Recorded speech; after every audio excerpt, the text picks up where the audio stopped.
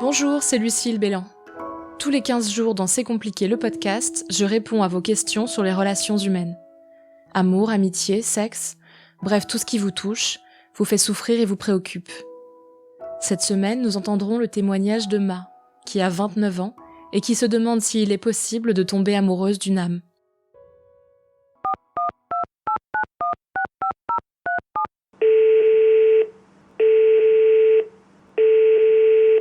Bonjour Lucille, je m'appelle Ma, j'ai 29 ans et célibataire depuis bientôt 3 ans et demi parce que je n'ai pas eu de relation sérieuse, en tout cas durant cette période. Aujourd'hui, je me pose une question qui est: est-ce possible d'être attiré très fortement par une âme et que pour le coup ça soit de l'amour? Je m'explique. J'ai toujours été très portée sur le physique des hommes, avec un certain type d'homme.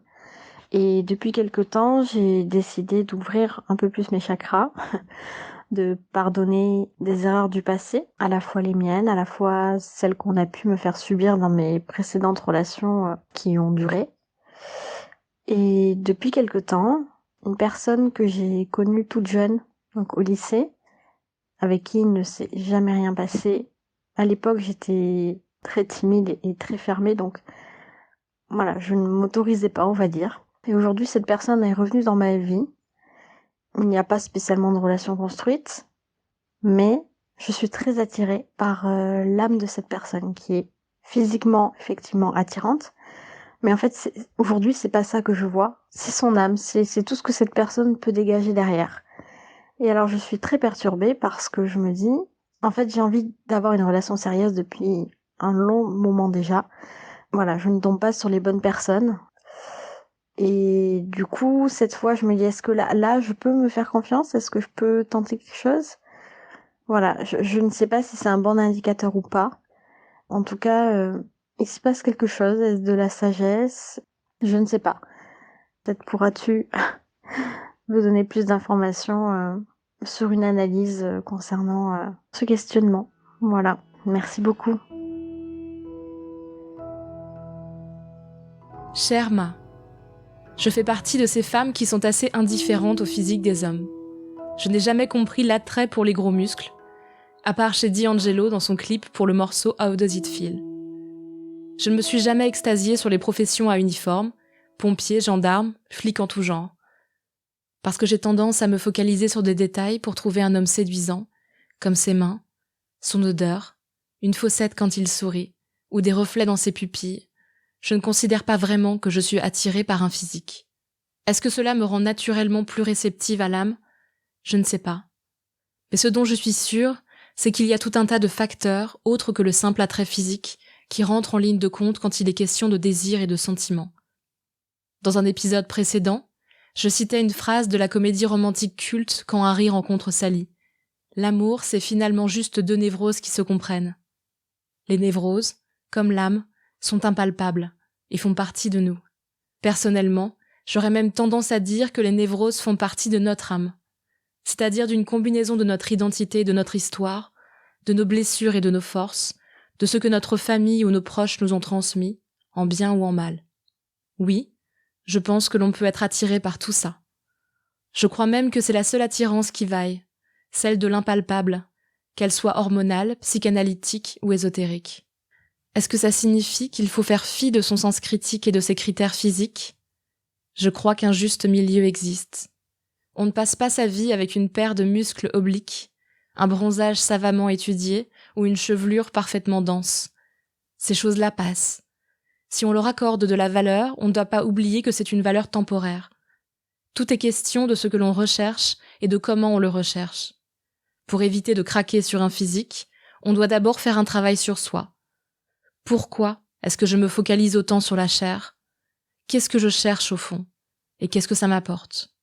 Oui, on peut être attiré par une âme. Parce qu'une personne est à l'intérieur, que cette personne ait des abdos ou pas. Mais il faut d'abord adopter une posture où c'est une âme qui est importante, où on écoute les signaux de son âme à soi, au lieu de laisser la main à l'appel du corps. C'est une question d'instinct, et du type d'instinct que l'on veut écouter. Vous avez déjà au fond de vous la capacité de choisir un homme sur son âme. Mais jusqu'alors, cette voix n'a pas été entendue. C'est un travail sur vous qu'il faut faire, pour apprendre à vous faire confiance. Personnellement, c'est la seule voix que j'écoute, la seule en laquelle j'ai vraiment confiance.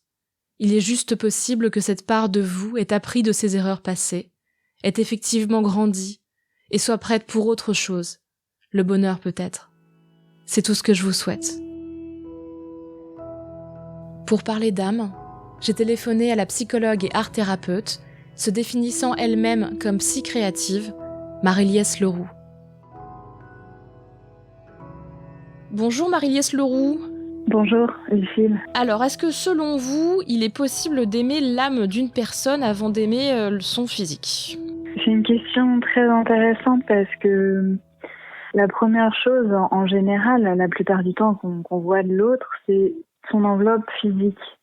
Alors, on a l'impression que c'est ça qu'on va aimer, alors qu'en fait, ce qu'on perçoit de l'autre, ça va bien au-delà de son enveloppe physique, de son corps physique. C'est toute son histoire, tout son vécu, mais aussi, effectivement, moi, ce que j'appelle son âme. Après, ça dépend du vocabulaire de chacun, ça dépend des valeurs, des référentiels de chacun.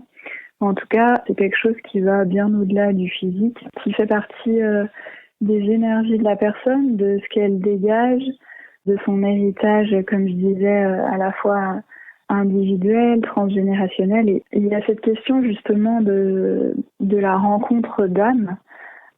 Et c'est des relations qui sont pas forcément très confortables parce qu'il y a quelque chose comme une reconnaissance, et du coup on a l'impression que ça va être passionnel et passionné et tout beau tout rose, alors qu'en fait s'il y a cette notion justement de réparation ou de continuité, c'est que il y a quelque chose qui a bloqué, et c'est pas des relations qui sont forcément de tout repos. Donc on aurait un rapport d'âme à âme, sans le savoir, sans le voir, si on n'est pas au courant. En tout cas, encore une fois, par rapport à ce que je disais tout à l'heure, c'est vraiment selon le référentiel de chacun, mais pour moi c'est une évidence, c'est-à-dire que ce qu'on voit avec les yeux du corps, c'est le corps de l'autre, mais ce qu'on peut percevoir de l'autre, ça va bien au-delà de ça, et parfois on en a conscience, mais sans forcément mettre de mots dessus.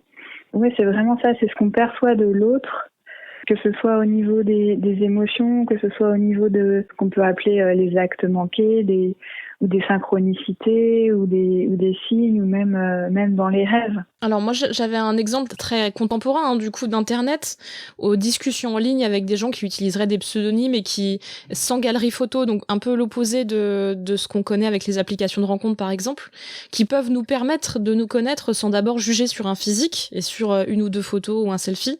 Pour vous, quels sont les moyens que vous pourriez préconiser pour sortir de nos habitudes de jugement sur le physique ? Je sais pas si je peux vraiment dire que je préconiserais quelque chose ou pas, mais en tout cas, ce qu'on perçoit de l'autre, c'est toujours en miroir de soi. Donc en fait, la façon dont on va juger l'autre, que ce soit en positif ou en négatif, ça parle de nous, et ça parle de nous aujourd'hui, mais ça parle de nous aussi avec tout cet héritage dont j'ai parlé précédemment, c'est-à-dire ce que je perçois de l'autre, si je trouve que l'autre est trop maigre, trop gros, trop belle, trop moche. En fait, c'est moi déjà, comment est-ce que je me perçois aujourd'hui et quelle a été mon histoire par rapport à mon corps physique. Comment est-ce que je me sens avec lui, est-ce que je me sens à l'aise ou pas dans la relation à l'autre, comment je le perçois, est-ce que je le perçois de façon relativement objective, ou est-ce que ma relation à mon corps n'est pas si évidente que ça,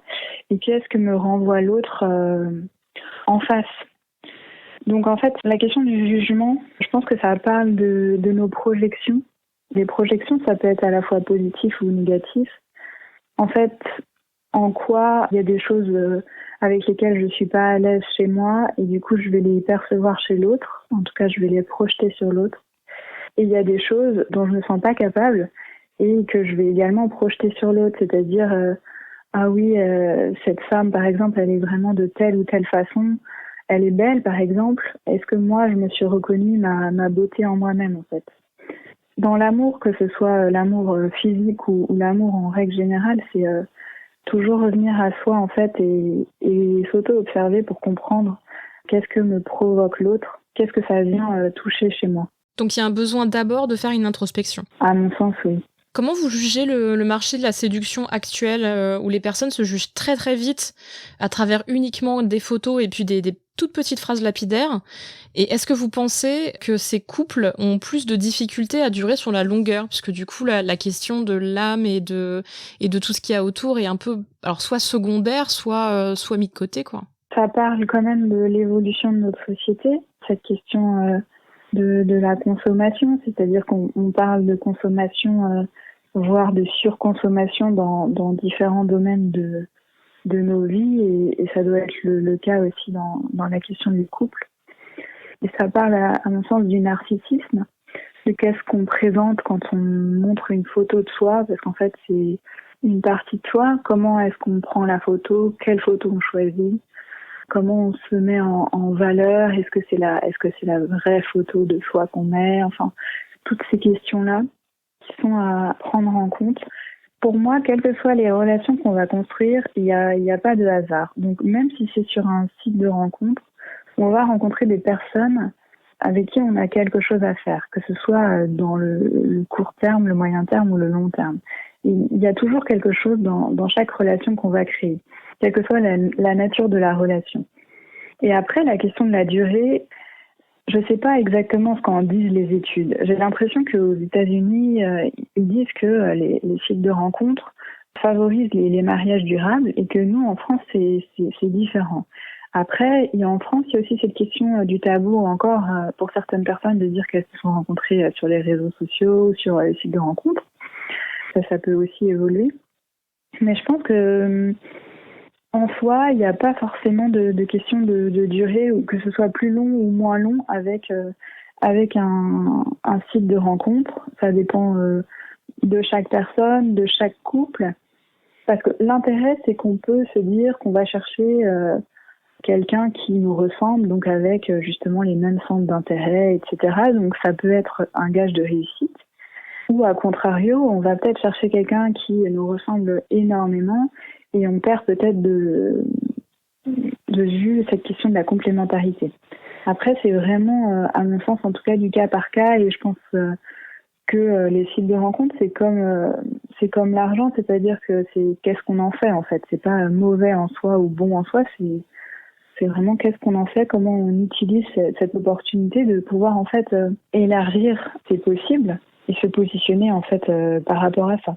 Alors, je vais terminer par la question rituelle. Est-ce que vous avez des conseils culturels, des livres, des vidéos, des films sur la question de l'âme qui pourraient éclairer les personnes désireuses d'en savoir plus? Sur l'âme en soi, pas forcément. Moi, j'avais pensé au film avec Joaquin Phoenix qui s'appelle Her.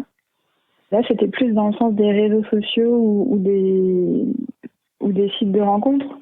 Ou comment est-ce qu'on peut justement tomber amoureux d'une sorte d'illusion ou d'une personne qu'on connaît pas vraiment finalement. Et après, il y avait la question... il y avait un autre film que j'aimais bien, c'était The Lunchbox, où la femme et l'homme commencent en fait à échanger à partir de lettres. Et en effet, du coup, ne se sont jamais rencontrés. Et la correspondance commence à se faire de cette façon, au-delà justement du physique. Et il y avait le livre de Saverio Tomasella, qui est un psychanalyste, Les amours impossibles, et qui nous propose en fait justement ce que je disais un peu tout à l'heure, de pouvoir revenir à soi, de pouvoir commencer à s'aimer soi-même pour ensuite aimer l'autre. Et que cette question de l'évolution de la société et des réseaux sociaux, c'est en fait l'amour lié à ça nous renvoie aussi à l'amour en général et pas simplement dans ce contexte. Donc voilà ce que j'avais envie de proposer pour aujourd'hui. Merci beaucoup Marie-Liesse Leroux. Avec plaisir, merci pour votre invitation. Pour aller plus loin, et parce que je vous en ai parlé précédemment, je vous conseille cette semaine de découvrir le film de Rob Reiner, Quand Harry rencontre Sally, avec Meg Ryan et Billy Crystal. C'est l'histoire d'une rencontre qui a lieu quand les deux personnages viennent de terminer leurs études. Au début, ils se détestent, et puis ils deviennent amis, et puis les sentiments s'en mêlent. C'est une histoire sur plus de 10 ans, sur deux âmes qui sont irrémédiablement liées, mais qui ont besoin de temps pour être prêtes à s'aimer. C'était C'est compliqué le podcast. Merci au merveilleux Benjamin Septem-Ours et Aurélie Rodriguez pour la réalisation et le montage. Si vous aussi vous voulez témoigner, n'hésitez pas à me laisser un message vocal. Vous pouvez vous enregistrer sur votre téléphone et nous envoyer ce message par mail à c'estcompliqué.slate@gmail.com ou nous envoyer un message vocal par WhatsApp au 07 61 76 74 01. L'adresse mail c'estcompliqué@slate.fr et la chronique hebdomadaire reste toujours d'actualité. Si ce podcast vous a plu, n'hésitez pas à vous abonner, nous mettre 5 étoiles pour nous soutenir, laisser un commentaire ou en parler autour de vous. Tous les autres épisodes sont à retrouver sur slate.fr ou votre application de podcast préférée. Merci à toutes et à tous, et à très bientôt.